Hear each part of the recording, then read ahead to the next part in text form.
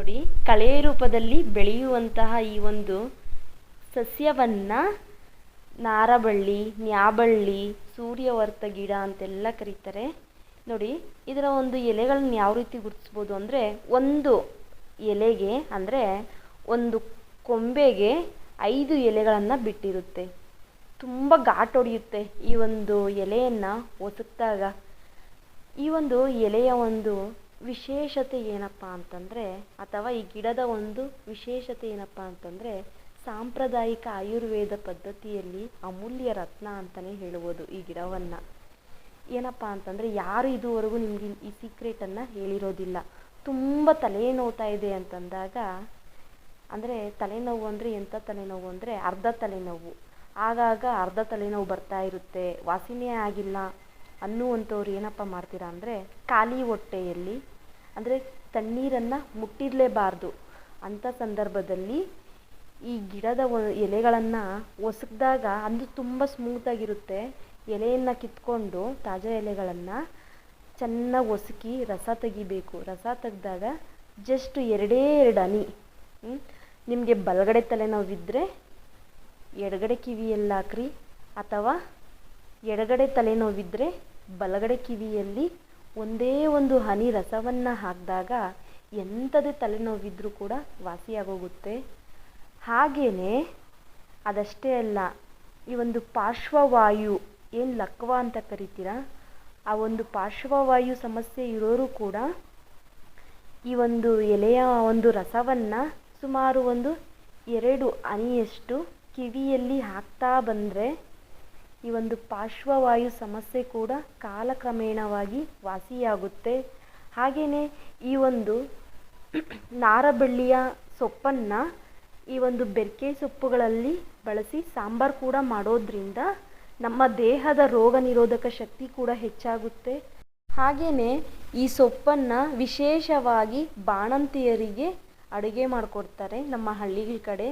ಅಂದರೆ ಬಾಣಂತಿಯರ ಒಂದು ದೇಹವನ್ನು ಬೆಚ್ಚಗಿಡುವಂತಹ ಒಂದು ಕೆಲಸ ಮಾಡುತ್ತೆ.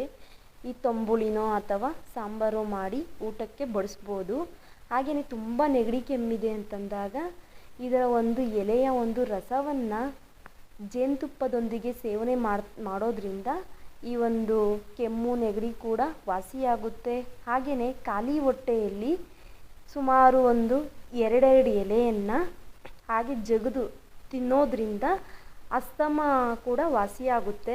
ಇದು ತಿನ್ನೋಕ್ಕಾಗೋದಿಲ್ಲ ಅಂತಂದರೆ ಕಷಾಯ ಮಾಡಿ ಕೂಡ ನೀವು ಸೇವನೆ ಮಾಡ್ಬೋದು.